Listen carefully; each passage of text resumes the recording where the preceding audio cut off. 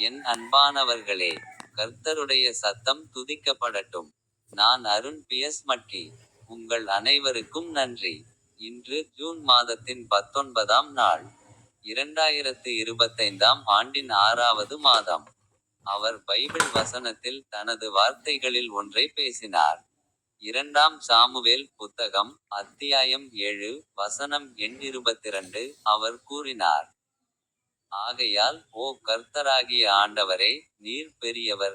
எங்கள் காதுகளால் நாங்கள் கேட்டபடி, உம்மைப் போன்றவர் யாரும் இல்லை, உம்மைத் தவிர வேறு கடவுள் இல்லை. உங்கள் அனைவருக்கும் மனமார்ந்த வாழ்த்துக்கள். இப்போது எனது யூடியூப் சேனலின் ஸ்டிங் பொத்தானை கிளிக் செய்ய மறக்காதீர்கள்.